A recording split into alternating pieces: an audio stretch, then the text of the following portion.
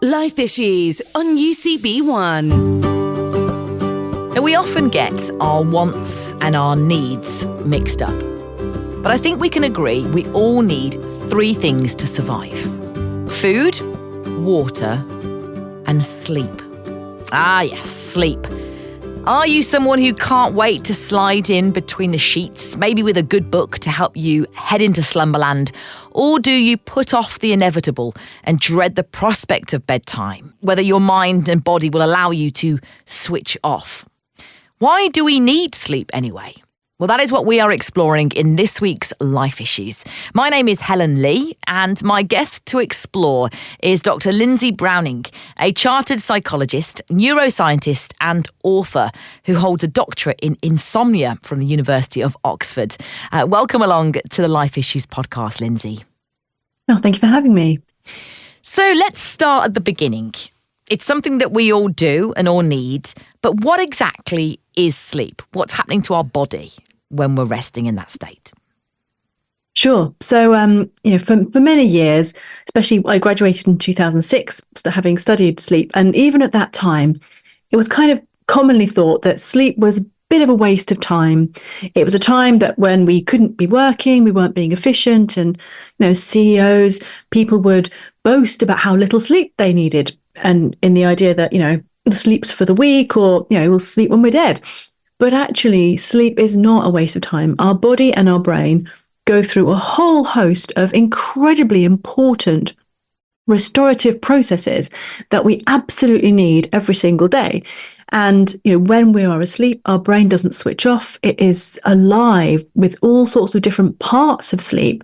And our mental health is restored, and our physical health. And there's so much evidence to show that if we get enough good quality sleep, that we will have a huge number of health benefits. So yeah, sleep is really, really important. And we're going to go into some of those areas you've mentioned there when it comes to the benefits. But tell us a bit more about what is happening when we sleep. There are different cycles of sleep. Yeah, so when we fall asleep, our brain goes through three main different parts of sleep. We can obviously break it up into loads of tiny subsections, but as a generally understanding it, sleep is made up of light sleep, deep sleep, and REM sleep, which stands for rapid eye movement. It's kind of when we mostly dream. So light sleep, deep sleep, REM sleep. And we fall asleep and we go through these different parts of sleep in things called sleep cycles. And what that means is approximately every hour and a half, we'll go through light sleep, down into deep sleep, back through light sleep, and then into REM sleep. And then the next sleep cycle will start again for another hour and a half kind of thing. What's really important is that these cycles repeat across the night. I don't want you to start cutting up your night's sleep based in 90-minute intervals, because it's not that precise, but that's a general rule. But as you can understand, that as we progress through the night, we cyclically go through these different parts of sleep as our brain has different jobs and our body is doing different things in the different parts of sleep that are all important. And these sleep cycles repeat across the night until we wake up in the morning and we've had enough good quality sleep of all the different parts of sleep that we need. And deep sleep, if I can sort of talk about that specifically, is I get questioned all the time about it. People phone me up, Dr. Browning, can you help me? Because my sleep tracker tells me I get 20% of the night in deep sleep and I need the whole night in the good quality deep sleep. To which I say, no, you really don't. That's not how sleep works.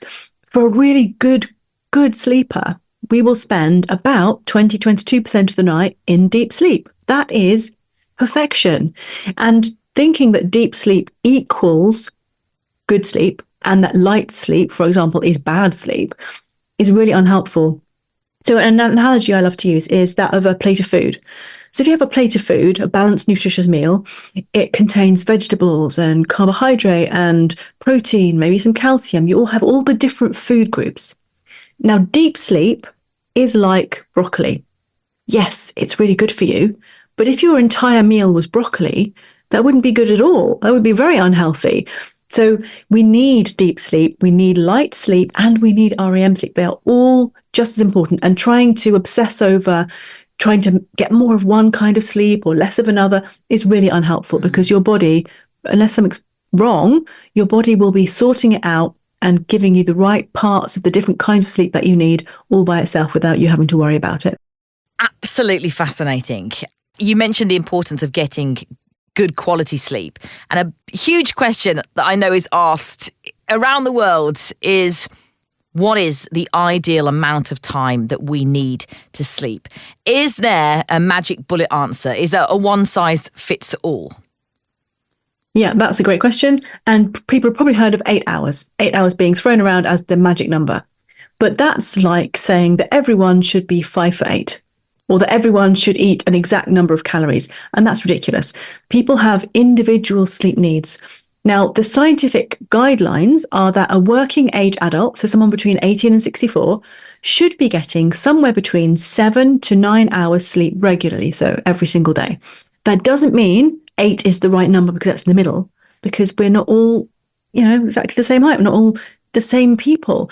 So getting a good quality night's sleep is about falling asleep in a relatively reasonable amount of time. That doesn't mean within seconds. I mean, if you fall asleep within seconds, either you're an exceptional sleeper or someone who's sleep deprived. So falling asleep within like 10, 15, 20 minutes is great. Sleeping through the night and waking, maybe once or twice, just fairly briefly, and going back to sleep again relatively quickly. So again, within 10, 15, 20 minutes, going back to sleep again, and then waking up in the morning feeling refreshed.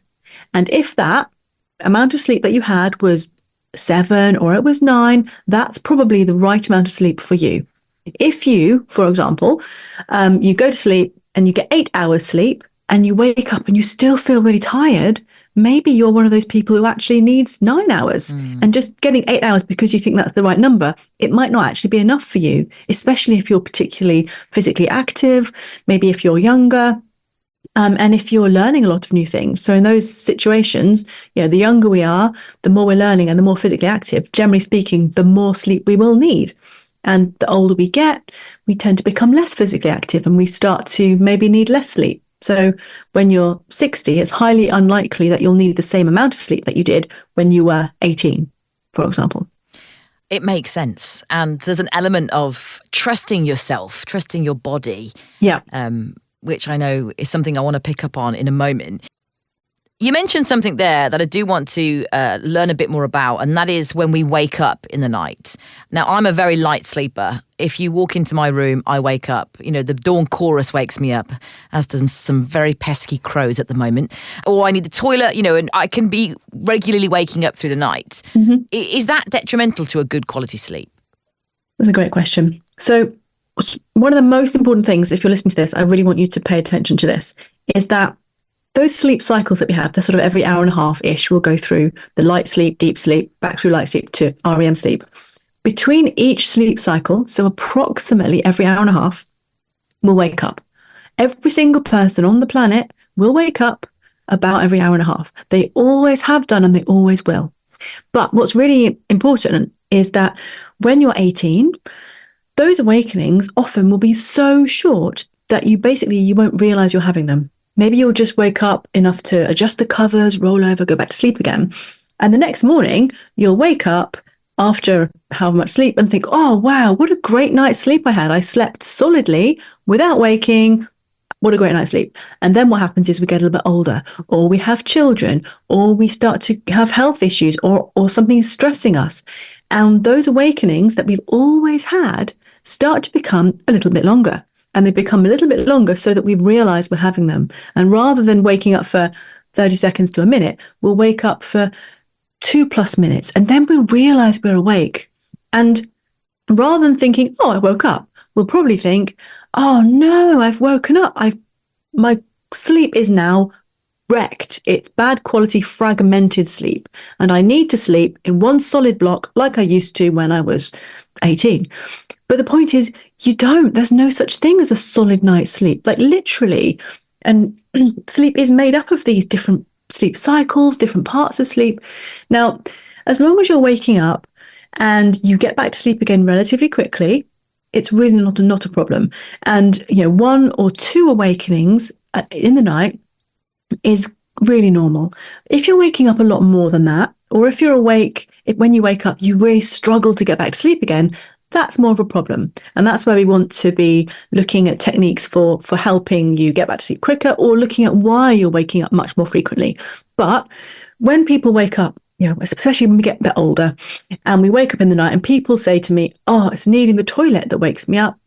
And what they'll do is they will radically restrict what they drink in the evening. So they'll stop drinking any liquids after 6 o'clock, because they'll think, well, if I don't drink any liquids, I won't need the toilet in the night and I won't wake up. But of course, you will wake up, because everyone wakes up. You'll just wake up thirsty instead of needing the toilet. So it's often not needing the toilet that wakes you up. It's just the fact that you're awake enough to realize your bodily sensations that you need the toilet. Like, how often, you don't all have to write into me listening to this, but how often do you go to the toilet during the day? It's probably every 2 to 3 hours, for example. If you've been asleep for 2 to 3 hours, then it's likely that your bladder is simply a little bit full. And if you're awake enough to really realize you're awake, you're just going to be aware of that, as you would be aware of a pain or a tickle in your throat. Does that make sense? I tell you, I was really looking forward to this conversation. This is why you're helping me, and I'm sure those listening, to take the pressure off a little bit, something that we can focus so much on. I am that person that has restricted myself of liquid before bed because I think I don't want to wake up. But that makes so much sense. We go to the toilet throughout the day. We sleep for a significant amount of the day. If we're thinking of 24 hours in a day, of course we're going to need the toilet, and that's okay. It's like, stop worrying about it, which is, again, something that I'm going to pick up on a little later around how our worries can affect our quality of sleep. But I want to go back a little to what we touched on at the beginning around why we need to sleep. And you helped us understand that broadly, it's something that has been researched a lot more in recent years. I remember those days when it was kind of people boasted about going to bed at 4 a.m. and getting up at 7 but now there's definitely been a change in the conversation with a lot more research done. So help us then, Dr. Browning, understand why we need to sleep. And let's start with the physical. Yeah. So when we sleep is, first of all, it's when our body regulates our hormones. So if we don't get enough sleep, we're not going to regulate and produce the right amount of the different hormones that we need. So, for example, ghrelin and leptin are hormones associated with hunger. And people who don't get enough sleep tend to eat more calories than people who sleep well. And therefore, if you're trying to lose weight, but you're not sleeping, then what's going to happen is that your hunger hormones and the hormones that regulate your ability to process insulin, to make you feel hungry or feel satiated, feel full, go all over the place. And basically you'll end up eating more food, probably choosing, science suggests that you'll choose less healthy foods. You'll choose more fatty, salty, sugary foods than if someone gets sufficient sleep. As well, when we sleep, we boost our immune system. So there's a lot of studies to show that if you don't get sufficient sleep, that you're more likely to get the flu the next day. If you're exposed to it, they've done experiments, they've sleep-deprived people, had people who slept well, exposed them both to the flu virus. Those who didn't get sufficient sleep were far more likely to come down with the flu. And also, the other side, if you have a vaccination, which of course the entire world is, COVID and all, we all know everything about vaccinations now. If you have a vaccination and you get sufficient sleep the night that just after you've had it, that vaccination, your body will deal with it, and you'll have a much bigger boosted immune system response to that vaccine than if you have the vaccine but then have a sleep deprived night. Another really fascinating direct link of sleep and health is dementia, because people who don't get sufficient sleep have a higher risk of developing Alzheimer's disease. And I find this one especially fascinating because there are some studies shown, and there was a neuroimaging study, which means they look at the brain in real time, and they looked at someone's sleeping brain and found that when you're asleep, so we have cerebrospinal fluid, which basically means we've got some liquid in our spine, and during the night, our brain, the pathways open up to allow this spinal fluid to physically wash over our brain, and it literally spring cleans your brain. So it's like with a mop and a bucket. So you have this cerebrospinal fluid that washes over your brain while you're asleep. And while it's doing that, it is washing away amyloid plaques. Now, amyloid plaques are like sticky substances that build up in the brain, and they sort of clog up the brain, and they're associated with Alzheimer's. So if you don't get enough sleep, your brain doesn't have enough time to do the spring cleaning, basically, and you're more likely to get a buildup of these amyloid plaques. And that's why there is a significant link between people who are consistently sleep deprived and those who then, go on to develop Alzheimer's.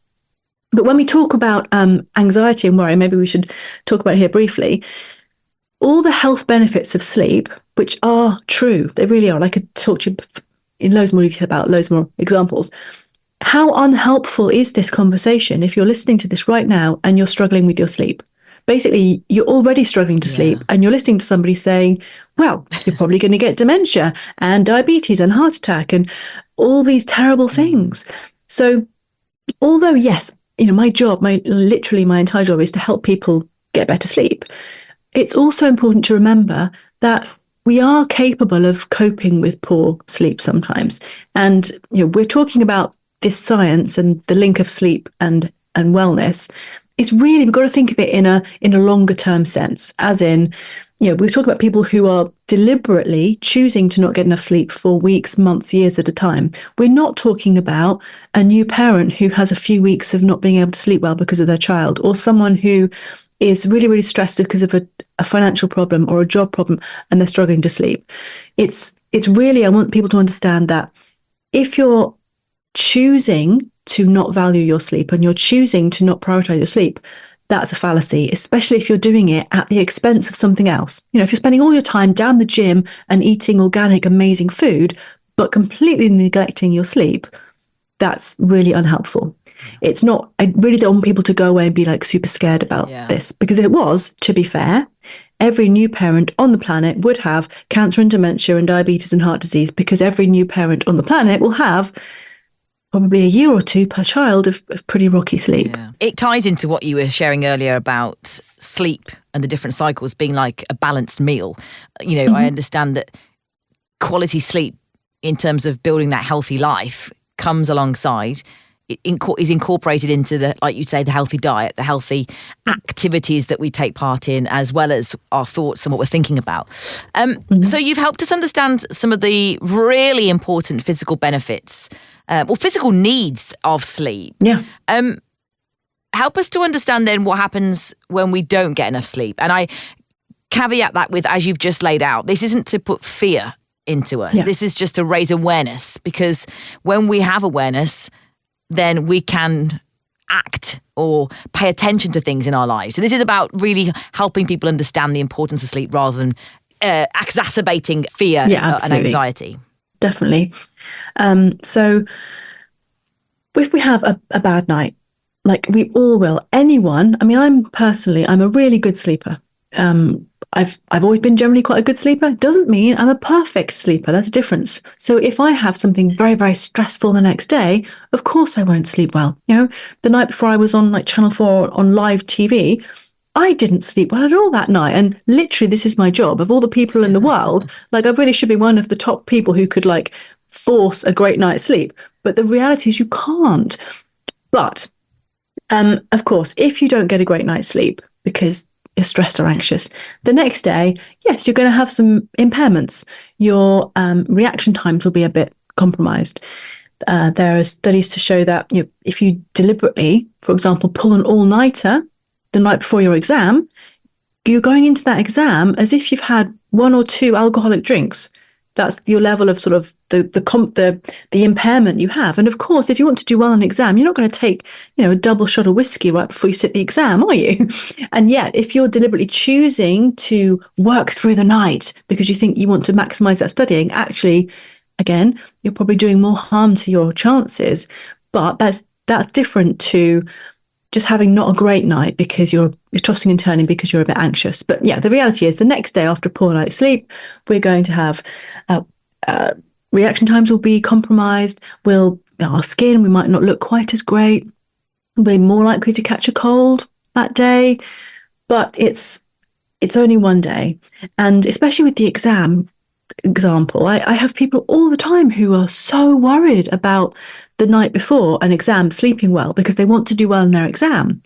And, the example I'll give them is, let's say you were, about to sit an exam tomorrow.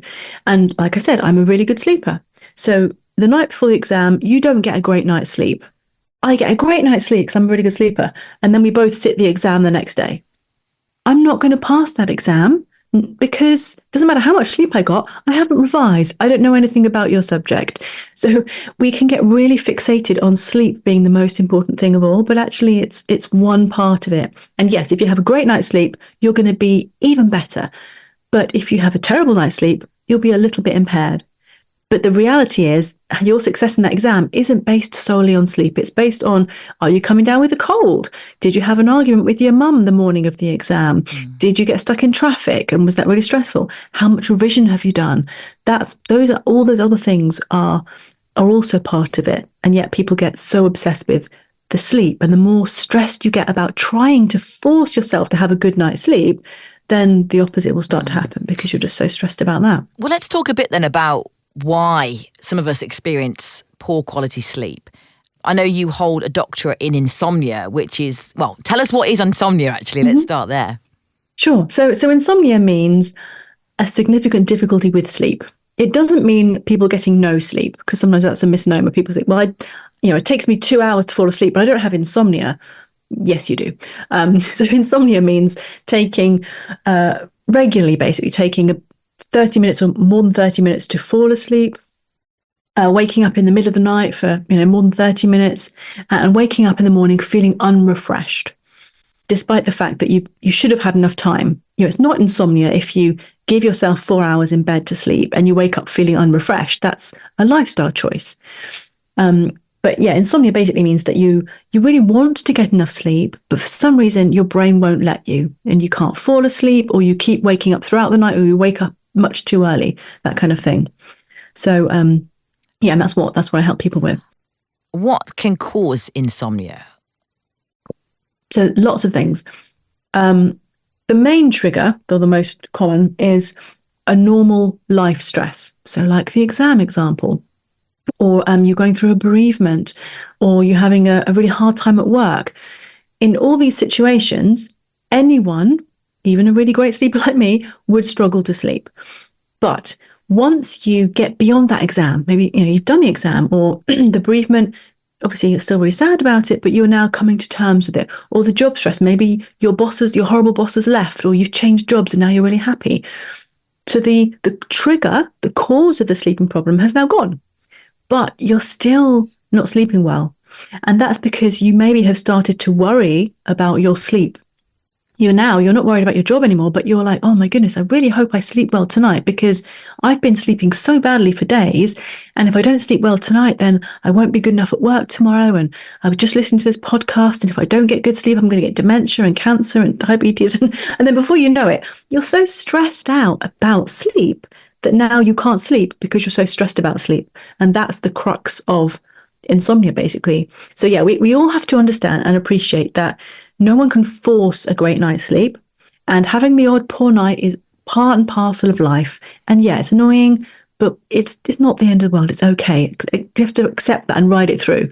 Once it becomes a pattern and it's ongoing, that's when we need to start making some changes. And the simple changes at the start would be a good sleep hygiene that I'm sure we can talk about. And then if it's significantly still a problem and your sleeping difficulty has been going on for much longer and you've tried to fix it, but you can't, or you're very anxious about it and it's affecting your life, that's when some more sort of serious intervention, like CBTI, some sort of proper sleep therapy, would be a good idea. You are listening to the Life Issues podcast here from UCB. My guest this week is Dr Lindsay Browning, a chartered psychologist, neuroscientist, author of the book Navigating Sleeplessness, and also founder of troublesleeping.co.uk. We love exploring here on UCB what faith looks like in everyday life and how God is part of every aspect of life: physical, emotional, mental, spiritual. So you're someone who would call themselves a Christian, a follower of Jesus. What does the Bible teach us about sleep and the importance of this quality rest that we've been talking about? Sure. Yeah, and absolutely. I'm a Christian. And although in my day-to-day life of treating people with sleeping disorders, I don't involve the Bible because, that's not what you do. But if someone wanted to talk to me about it, absolutely. And with regarding sleep, there's a lot about sleep really that we can pull from the Bible. So for example, just as Jesus took time to rest, so can we. We don't need to think about sleep as us being lazy. Jesus modeled that we are allowed to take time to stop. And also, sleep is a biological process when our brain repairs itself. So again, it's important that we understand that sleep is something that we need. It's not just a luxury. And yet, even as Jesus says, we are able to stop and rest. And actually, quite a lot of time, people can struggle with their sleep because they're not taking time to rest during the day. And by rest, I don't just mean sleep. I mean taking time to stop, to meditate, to just think, maybe to read the Bible, to read a book, to go for a walk in nature. Our lives can be so busy, especially nowadays, that we literally we are going 100 miles an hour nonstop throughout the day, and then we get into bed and expect our brains just to flip and go to sleep. But we need time to rest as well as to sleep, if that makes sense. So some things about, making time, finding time during the day to rest is really important, and to know that it's not us being lazy. Taking time just to stop, just to have a moment that isn't filled with screens, jobs, chores, watching the next episode of whatever on Netflix.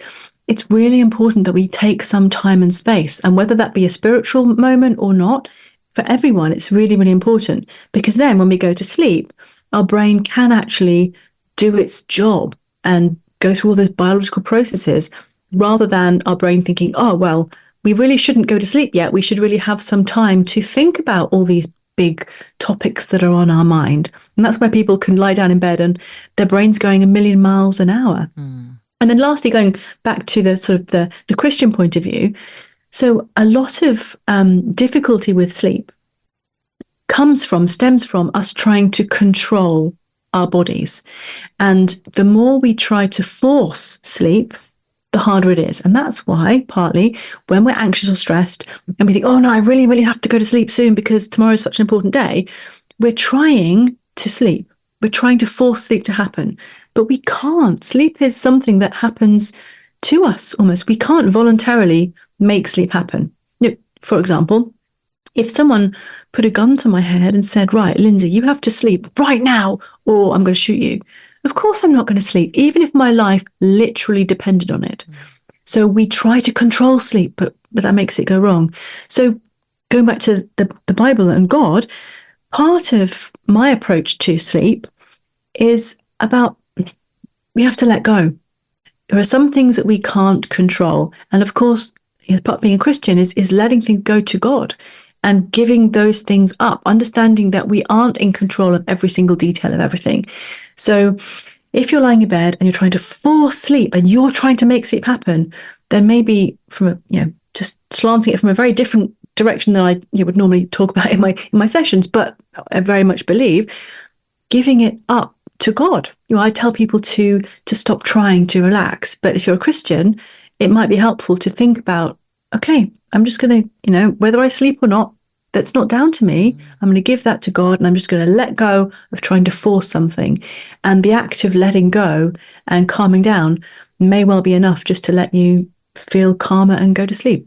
And it makes sense what you're sharing, because when you journey with Jesus, you realize that being a Christian is not a religion. It's not about trying to control things, do things and tick boxes. It's actually about submission. It's about following. It's about receiving the gift of grace. And I think what you've shared there really speaks into the heart of God. And when you read the Bible, even from the word go, God created rest as part of creation. On the seventh day, there was rest. God rested. And as you say, Jesus, he, throughout his life, took time particularly after really busy crowd moments, he would go and be alone and rest. And I think it's a different Life Issues podcast conversation around why we lack rest in our culture. We did do one recently on the attention economy that does speak into this. But I think what you've brought to our attention is actually the beauty of how God's created us is that sleep is part of being a human.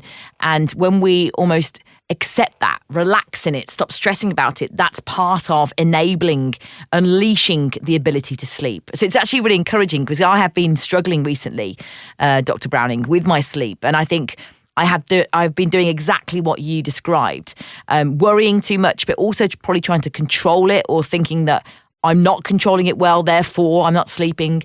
But my sister very kindly prayed with me a few weeks back, and she said, as we prayed, she prayed that I would release into sleep, that it wouldn't be an action, it would be something that would just happen. It's almost that lying back and falling asleep, which is why the word used around sleep is falling asleep rather than actioning sleep.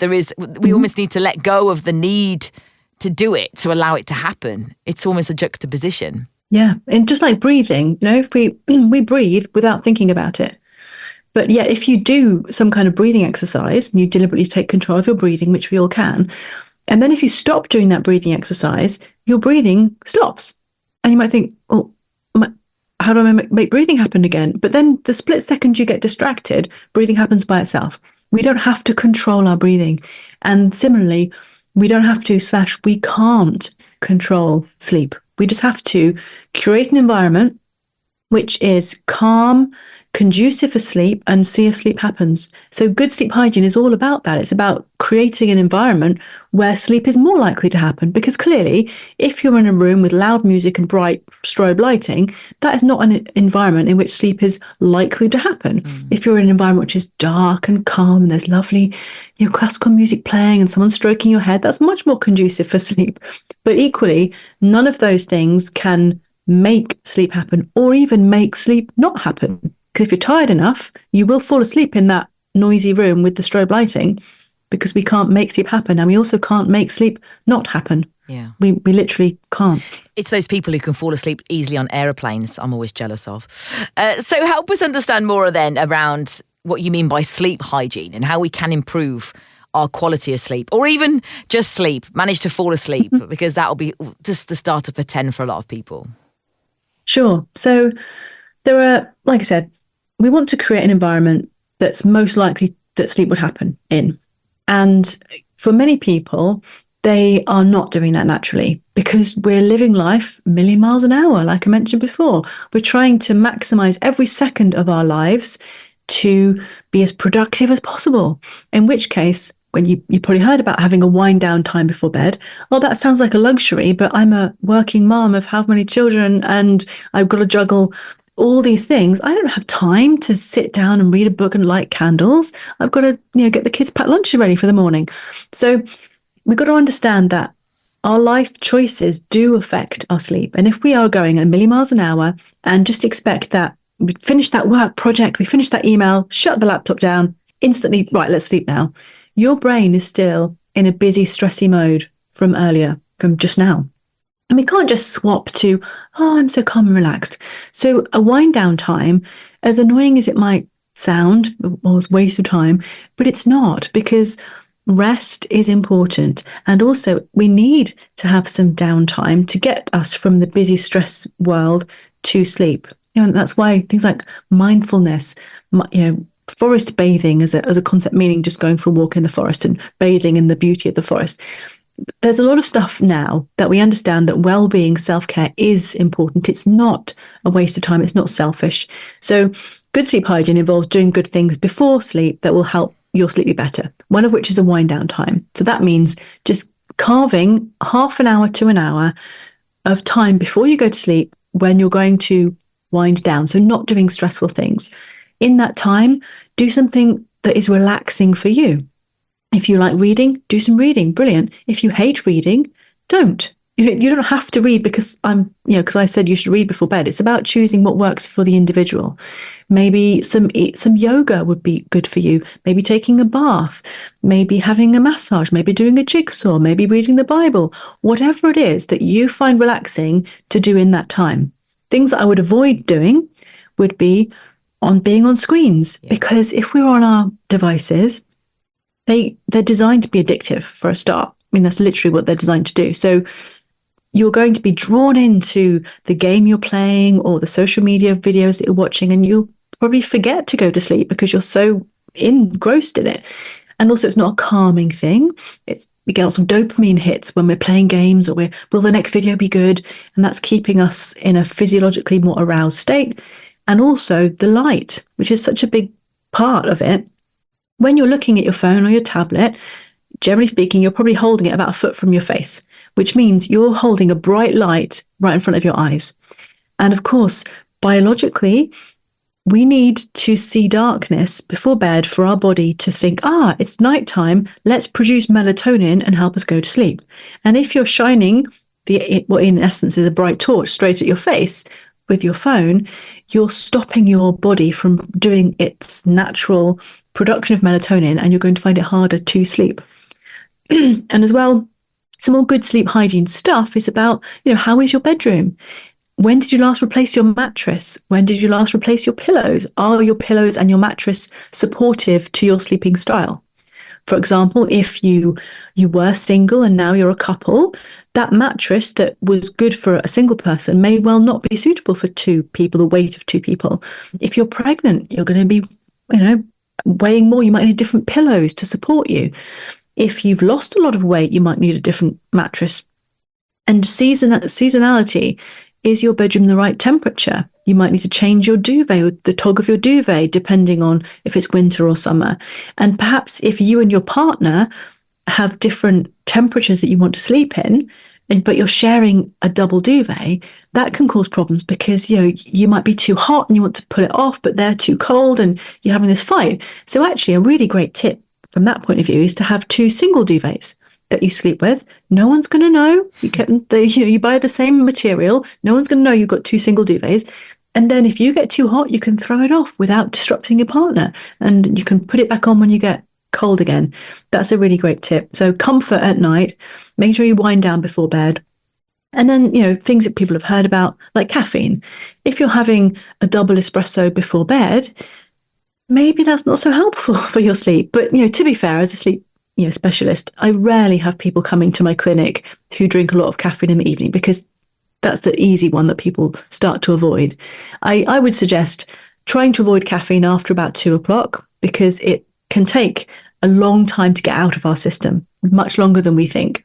Caffeine has a 6-hour half-life approximately, meaning 6 hours after your tea, coffee, Coca-Cola, dark chocolate, half that caffeine is still in your system, stopping you from sleeping. And then and a really, really important part of sort of good sleep hygiene would be about helping to calm that busy mind. So we've mentioned about making time to rest, and that's really important. But making time to think, to stop and think earlier in the day is so important. Now, you could stop and meditate, or you could get a journal, there are all sorts of gratitude journals, those kinds of things, or get a piece of paper and a pen. That's pretty much free.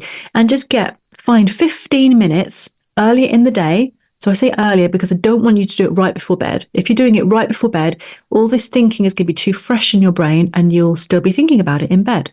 So at least 2 hours before bed, so maybe 7 in the evening, sit down with a piece of paper and a pen and just write. Write down whatever is on your mind, like a brain dump, like a diary, whatever it is. Write down your to-do list for tomorrow.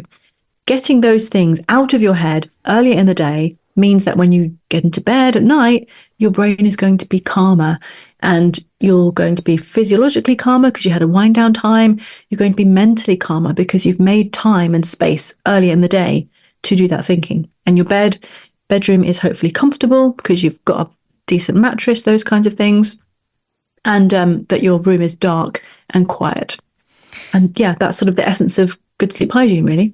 It's so interesting. And what's really struck me as you've been sharing, Dr. Browning, is that this isn't about restricting us or making it something that we're more disciplined in. It's almost about enjoying it more, making space to really be intentional around rest and enjoying that process. Even the journaling early on in the day, I think that's a really good idea. Takes the pressure off night. It's like, oh, if I haven't journaled, then I won't sleep. And you end up adding another layer of pressure. But just allowing space to think about what you can do realistically in your life to improve that quality of your sleep hygiene that then will lead to inevitably better sleep. I'm aware time is against us. I want to just pick up on one point you made. And I suppose this speaks into if you are maybe battling with insomnia or you just have tried many of those things you've suggested and we just still can't sleep. Or maybe someone that can't wake up well, finding that in the morning it's just the hardest thing to do to get out of bed. Sure. So if you feel like you've tried everything, you've tried chamomile tea, you've tried the wind down time, you've done everything you possibly could and your sleep is still really bad. You go to bed and your brain won't let you sleep. Then speak to your doctor about getting access to CBTI, which is cognitive behavioral therapy for insomnia. And it's the NICE guideline, world recommended gold standard treatment for sleeping problems. And it's not a pill. It's a sort of a practical talking therapy, which is entirely focused on your sleep. And it involves helping you to unpick all the anxiety you've probably got curled up with that sleep. You're so stressed about your sleep that that's causing you to not sleep, as well as changing some of the behaviors and things that you might be doing that aren't helpful. Like maybe you might be spending time, way more time in bed than you should. Maybe you're going to bed at 9 p.m. and getting up at 9 a.m. because you're trying to get enough sleep. And of course, then you're spending 12 hours in bed. And of course, you don't need 12 hours sleep. So you're going to spend a lot of time being even more stressed and frustrated and anxious. So yeah, CBTI, this is what I do, obviously, but it should be available. If you speak to your GP, you should be able to get access to it by the NHS. There might be via an app or via talking therapies or across the world, wherever you are, you should be able to get access to CBTI wherever you are. And that should be, I really want to point out that it's available because lots of people think that they don't want to go to their GP because all they'll give them is sleeping pills and they don't want sleeping pills. But there is an actual proper treatment. Sleeping pills just mask the problem. They might help you to knock out and fall asleep, but they're not fixing why you're not sleeping. Whereas this treatment really helps to fix why you're not sleeping. And if you are waking up in the morning feeling unrefreshed, again, it's really important to speak to your doctor because maybe there's something going on there. Maybe you're sleeping for 8-9 hours and still feeling tired, in which case, okay, well, why? That shouldn't be the case. Is that because you have maybe sleep apnea, which is a breathing disorder that's really, really common? People often don't even know they have, which means that you repeatedly stop breathing throughout the night, meaning you're not waking up sort of 4 or 5 times in the night between each sleep cycle. You might be waking up hundreds of times in the night. And even though you think you've slept solidly, you've actually had the worst broken sleep possible. Or other things like restless leg syndrome, periodic limb movement. There are all sorts of things that, speaking to your doctor, if you're struggling with sleep or you're feeling really tired and you don't understand it, maybe it's an iron deficiency or a thyroid problem, get those things checked out and then you can get that fixed, which would be great. If you would like to connect with Dr. Browning, you can find her on social media at Dr. Browning Sleep. Her book is called Navigating Sleeplessness. You can find out more about her work at the website troublesleeping.co.uk. It's been a real privilege to hear your knowledge, wisdom, and I know you've spent so much of your time really investing into how to help people sleep better. And we're just so grateful that you've spent that time with us to, I know, will encourage so many people and hopefully help us sleep for me, sleep better, full stop. So thank you so much for joining us on the Life Issues podcast. Thank you so much. You've been listening to the Life Issues podcast with me, Helen Lee, and a special thank you to Rachel Gillies for helping produce this week's episode.